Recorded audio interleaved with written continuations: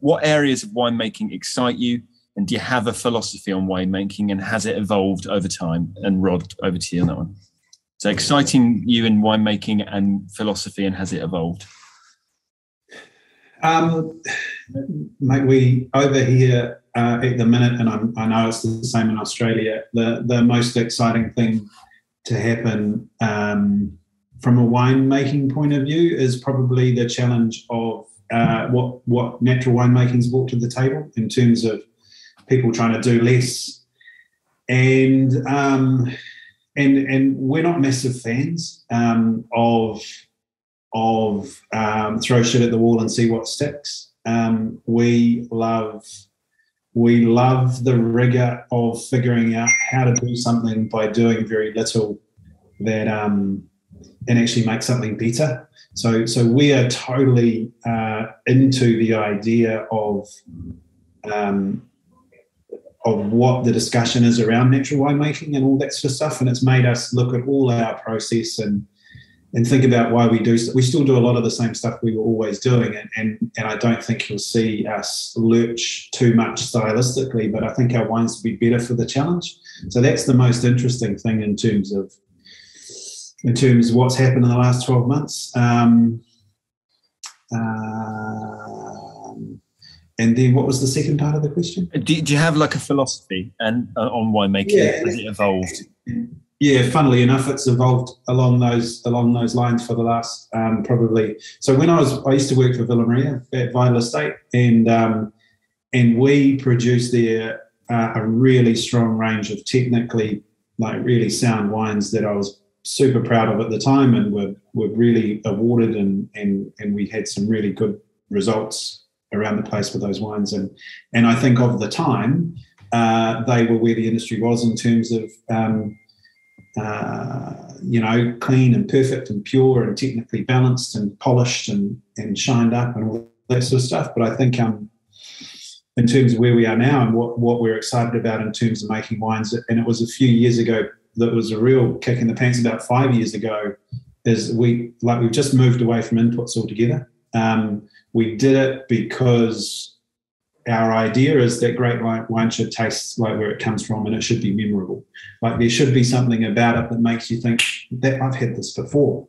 You know, when you taste it, when you have it the second time or the third time, it's like, why have we had this before? You know, there's something memorable about it in terms of the flavour or the mouthfeel or the texture or whatever. And so to determine up the volume on that individuality, you've got to get rid of the noise and the clutter and the background, you know, the background noise. So, and for us in winemaking, that's inputs, and it's chemicals in the vineyard. So that's where our organic journey started in the vineyard. It's where our no input, low input winemaking started in terms of finings and all that sort of stuff on the way through. And it's now with this kind of push from those sort of more craft beer kind of sensibilities around natural winemaking that we're starting to say, okay, well, so what about finishing? Like, do consumers expect it?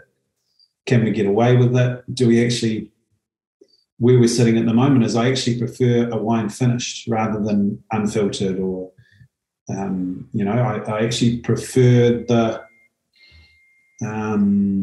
purity of a wine that's been finished in a sort of more conventional way compared to a wine that's been left and is a bit more mucky.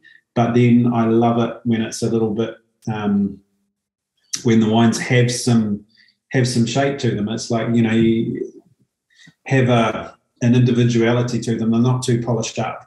And so particularly with the Wild Song range that we're going to taste today, it's near enough to zero input, and no finings, no polishing on the backside. You know, it's just more honest.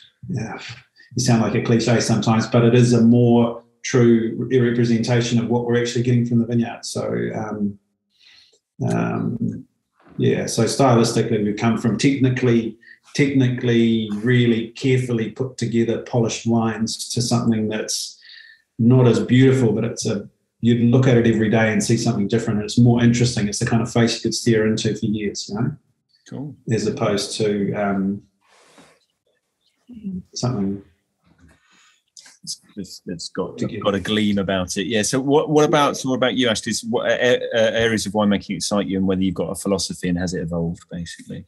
I think Rod really hit the nail on the head there in terms of what's going on in the natural sphere. Look, I've worked at a vineyard for over 11 years, biodynamic, organic certified, 175 hectares.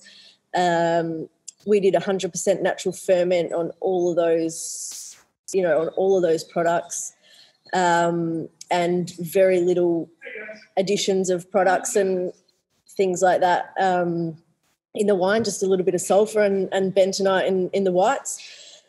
I really think that,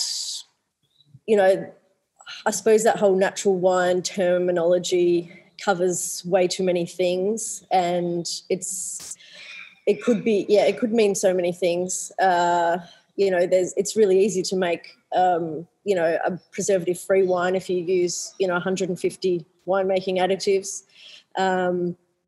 On the other side of it, I'm a little bit more, in the camp where I'd prefer just to use a little bit of sulfur and not use anything else.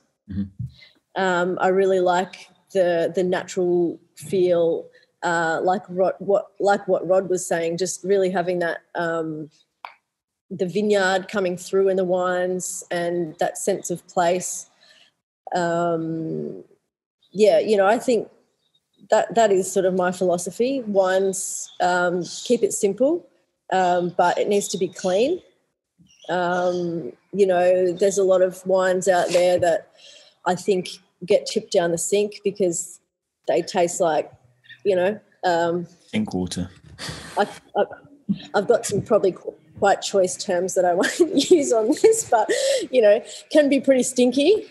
And my sort of feeling there is that if you're going to make a wine like that and it ends up not being drunk or tipped down the sink or only drunk by such a small niche of people that actually enjoy it, all the resources that you've put into that product, the water in the vineyard, all the work along the way, the pruning, the everything, the work in the harvest, getting that wine into bottle is all wasted. And so therefore that wine is, less environmentally friendly and sustainable than a conventional wine at that point.